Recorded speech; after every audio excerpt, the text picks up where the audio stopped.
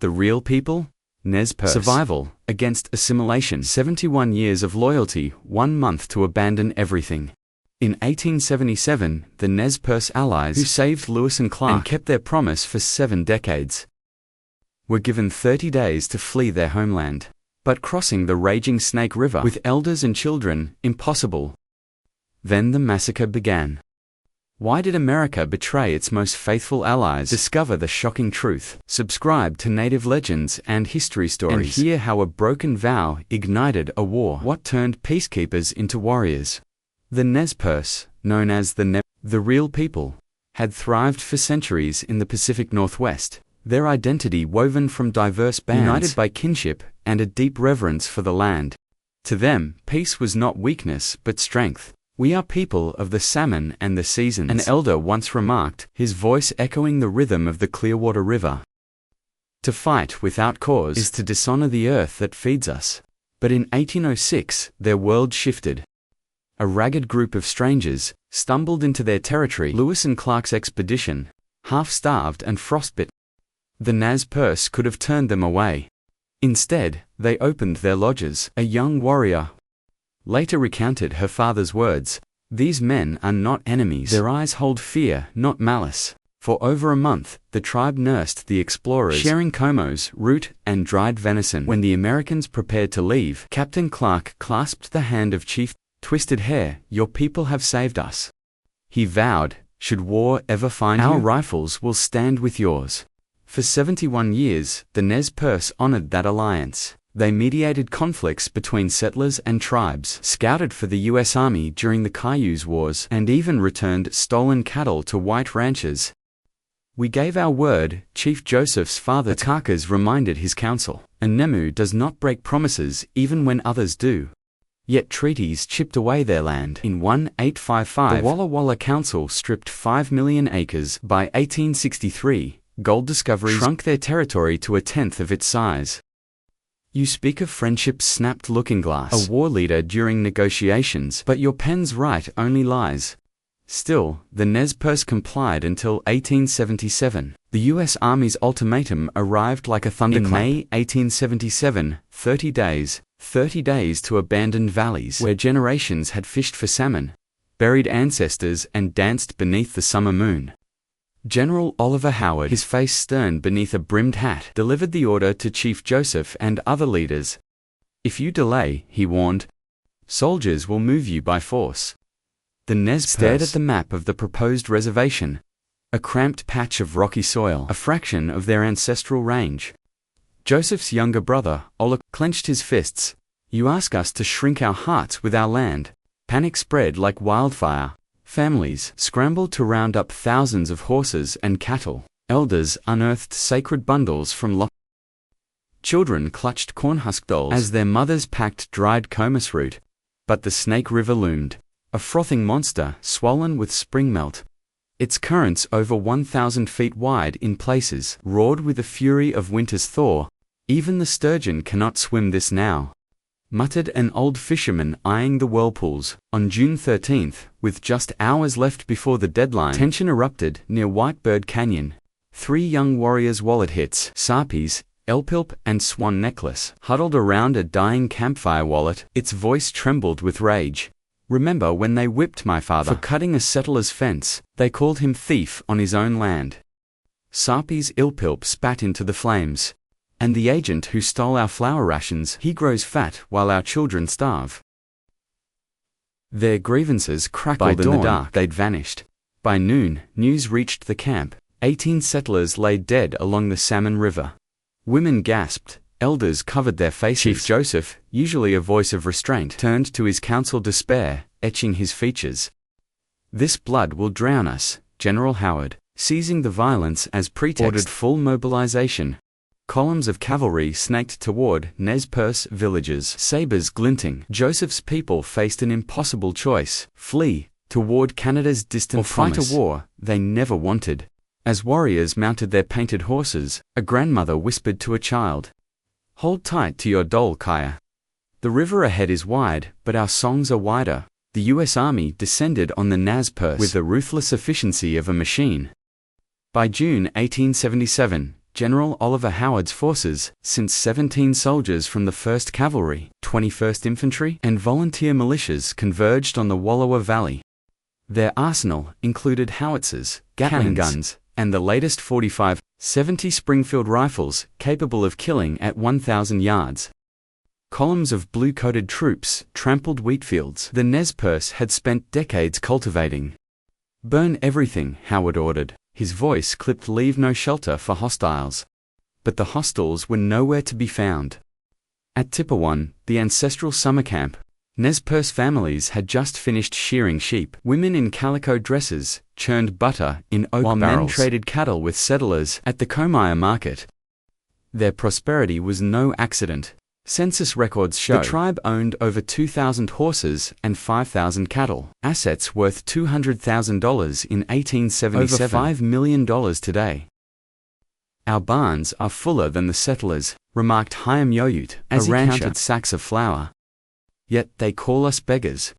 The disconnect bordered on absurdity. At Lapwai Agency, Nez Perce leaders dined with missionaries, using silverware engraved with their Christian names. Chief Joseph's younger brother, Olcott, even wore a tailored suit to negotiations. "You've adopted our ways," General Howard acknowledged, eyeing Olcott's polished boots. "But your land is no longer yours." When violence erupted, it defied all logic. On June 17, 1877, at Whitebird Canyon, 70 Nez Perce warriors, armed mostly with bows and muzzleloaders, faced 106 U.S. cavalrymen. The result: Arrout warriors like Two Moons exploited the terrain, using hand signals to flank troops. By dusk, 34 soldiers lay dead. The Nez Perce suffered 0 casualties. "They fought like shadows," wrote Corporal Henry Bailey, his hands still shaking as he scribbled his report. "We fired at rocks while they picked us off like coyotes." Even in retreat, the tribe's humanity stunned their pursuers. Near the Clearwater River, Nez Perce scouts found 2 lost settler children. "Cold and hungry, take them home," ordered Yellow Bull, a war leader. The children were returned to their farmhouse with a sack of dried berries and a note: "No harm comes to the innocent gentleman." "Savages," scoffed Colonel John Gibbon when told of the act. "That's a contradiction. They live, not us."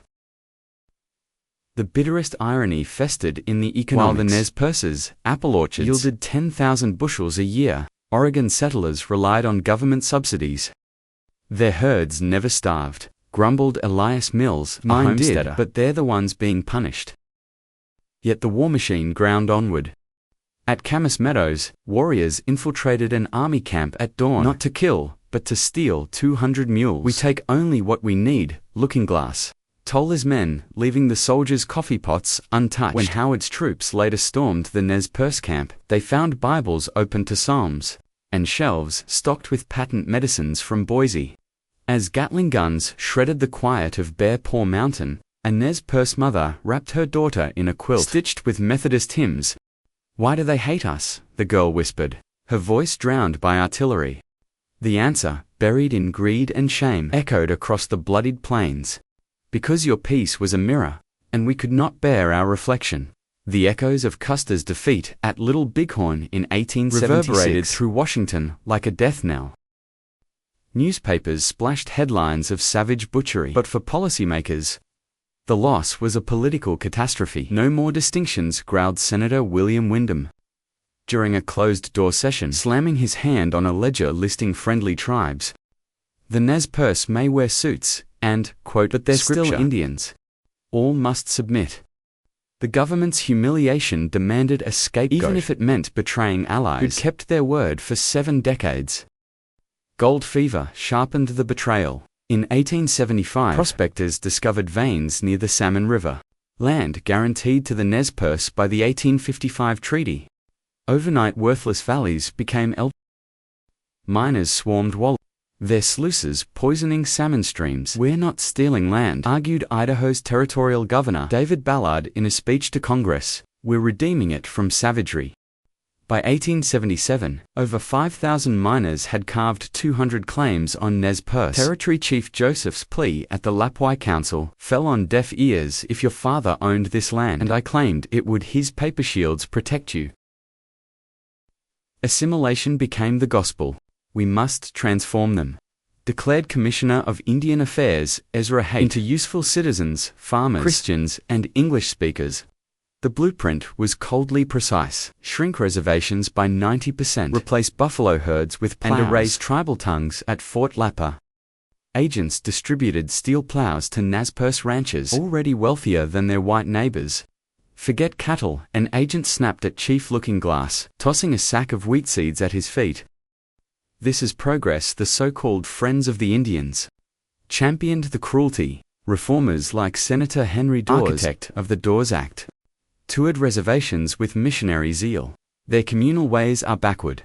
He lectured in Boston, adjusting his spectacles. Private property will elevate them. Even well-meaning activists like Alice Fletcher, who lobbied for Native education, insisted assimilation was mercy. We must dissolve their tribal bonds, she wrote, to save them from extinction.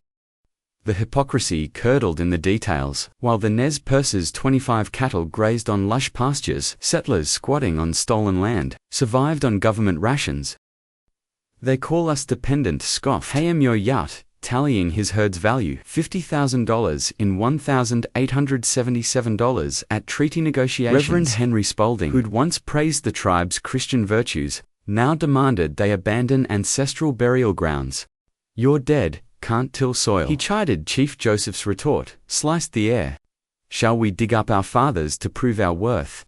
By 1877, the three-pronged assault was unstoppable. Agriculture, the Nez Perce, master ranchers, were forced to plant wheat on eroded plots. Our cattle fed your soldiers. Young Joseph seethed, holding a rusted plow blade. Now you starve us with this Christianity. Missionaries banned the wake and spirit dances, burning ceremonial masks. Your God is a jealous one, muttered Hulu. Watching flames consume centuries of tradition. Education children were barred from speaking Nimp, tempt their primers filled with English hymns. Jesus loves me, a boy recited woodenly while his mother wept. Outside the schoolhouse, the friends never grasped the poison in their pity. When Chief Lawyer, a Christian convert, pleaded, "We embraced your ways, why punish us?" General Howard's aide smirked. You don't embrace civilization, you become it. Yet the Nez Perce's greatest sin was their success. Their adapted prosperity mocked manifest destiny, proving natives could thrive without vanishing.